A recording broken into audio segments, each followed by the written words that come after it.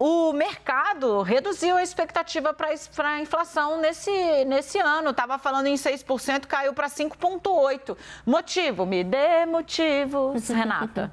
Sim, a projeção está caindo 5,8%. Vou, inclusive, já conectar, Dani, com algumas falas que a gente teve hoje do próprio presidente do Banco Central, Roberto Campos Neto, lá num evento promovido pelo jornal Folha de São Paulo. Bem, o mercado, sim, reduziu essa projeção para este ano, que é uma ótima notícia.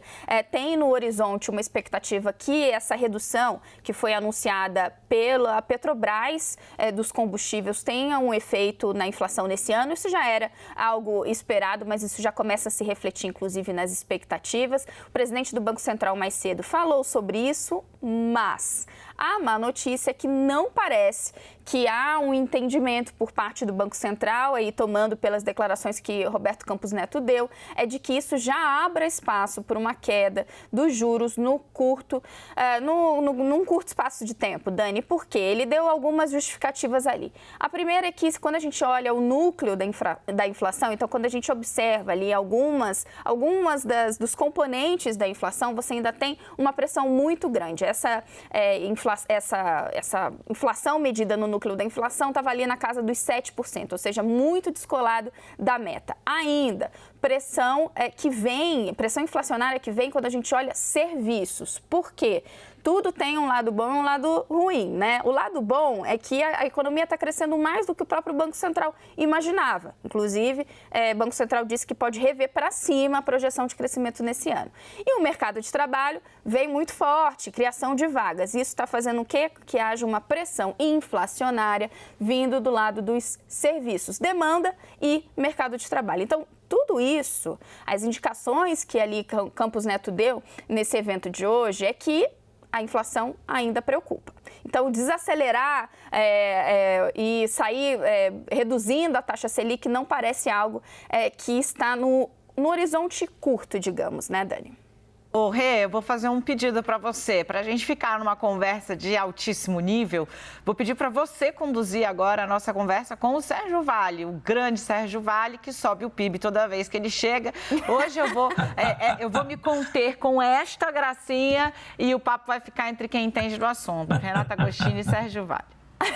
Não, a gente vai parar no meio para você fazer uma gracinha e dar um pouco de bossa na nossa conversa, com certeza, né? Sérgio, boa tarde, claro. E, bem, gostaria que você fizesse um pouco dessa conexão entre o que o mercado está olhando e um pouco do que Campos Neto indicou hoje, que não parece muito comovido com essa expectativa no curto prazo, porque ele entende que quando a gente olha um pouco para frente, as expectativas do próprio mercado ainda estão altas, né, na casa ali de 4%, e isso, portanto, não nos deixaria entregar o que o governo tanto anseia, que é a queda na taxa básica de juros. Tudo bem, Dani, Renata. Dani, eu preciso das suas gracinhas segunda e sexta-feira, tá? Não posso ficar sem elas não, tá bom? Exato. Então, pode voltar. Fechado. Não, senhora. Olha, opa, caiu? Não, eu tô com você aqui. Você tá com que susto. Você e seus belos olhos azuis. Saiu a imagem aqui, voltei. A imagem sumiu do nada aqui. Não, Opa, tá bombando voltamos. aqui. Vamos lá. Olha, de fato a gente tem um cenário olhando para frente que a inflação esse ano está cedendo. Eu acho que a gente vai ter eventualmente até um número mais baixo do que 5,8%, está caminhando para até próximo de 5,5%. Mas a grande dificuldade para o Banco Central segue sendo 2024 em diante, né? Começou a cair um pouquinho nas expectativas do Focus, a inflação no ano que vem, mas ainda está acima de 4%, os outros anos também estão em 4%, e o BC só vai começar a se mexer em termos de taxa de juros quando ele tiver um pouco mais de segurança em relação a essa expectativa de inflação, que na meta é 3%, e as expectativas que o mercado hoje estão ancoradas esperando em 4%. Para isso acontecer, o arcabouço fiscal precisa avançar, e a discussão da meta de inflação, que vai ser a próxima, nas próximas semanas, vai vir com peso, provavelmente em junho, a gente vai saber o que o governo vai estar decidindo. Se isso acontecer como se espera, acho que essas expectativas começam a cair, Dani, e aí no segundo semestre, eu acho que abre todo espaço para o Banco Central começar a baixar a taxa de juros. O Roberto Campos falou hoje, de fato, não tem espaço para, na esquina, a gente começar a baixar juros. A inflação ainda tem algumas questões, por mais que transportes, por mais que alimentos ajudem nesse ano, ainda precisa acontecer algumas coisas para o BCE abrir essa possibilidade de queda de juros. Eu ainda continuo trabalhando com setembro. Muito provavelmente o mercado quase todo hoje está trabalhando com o segundo semestre, em algum momento, agosto, setembro, novembro, mas essa queda de juros tão falada, tão demorada, tão ansiada, né, a gente com tanta ansiedade há tanto tempo, eu acho que finalmente a gente vai ver acontecer no segundo semestre. Já que eu tive, então, liberação aqui, eu quero, então, fazer essa intervenção. Porque falando deste personagem, né, o Roberto Campos Neto, hoje ele falou, olha, gente, o debate sobre os juros, ele é super do game, tem mais que debater mesmo. Agora, personificar em mim, eu, pobre vítima do sistema, assim como todos os brasileiros, denota certo desconhecimento do processo. Mais ou menos, né? Eu estava lendo no final de semana o João Santana, que é um marqueteiro já celebradíssimo, ele deu uma entrevista para a Folha de São Paulo no final de semana, né? Dizendo que o melhor que se pode fazer ali é criticar o Lula para manter, digamos, a prevalência sobre a métrica do desempenho do governo no campo do que ele chama ali democrático, né? Digamos assim, né? Isolar ali o bolsonarismo. E tem uma parte ali onde ele faz uma análise sobre a questão do juro, né? Por exemplo, e aí ele diz, gente, olha, é de dizer, olha, minha gente, não vamos criticar o Lula porque isso é fortalecendo, não sei o que, não. Ele explica, né? Quando o Lula fala do juro e personaliza no Banco Central, no Campos Neto, ele está fazendo uma super jogada de marketing, porque ele está apontando o vilão do problema, tirando do colo dele, né? Outro dia a Renata estava falando, gente, a vida está difícil, o juro está alto, a inflação também, mas assim, it is what it is, e o governo precisa trabalhar com as condições que ele tem. De certo modo, tem muito também de política, né? Mais até, eu acho, do que de desconhecimento do processo, é uma decisão política, né? De apontar um responsável que não seja deste governo, Sérgio. Dani, é isso aí, é totalmente político. Não tem argumento econômico, de fato, para justificar a mudança muito radical em relação à trajetória que o Banco Central está seguindo agora. Final do ano passado, as expectativas de inflação estavam em 3%, toda a discussão do mercado era se a taxa de juros ia cair em março, abril, maio, nesse primeiro semestre. A expectativa foi para 4% e esse processo adiou, foi para o segundo semestre.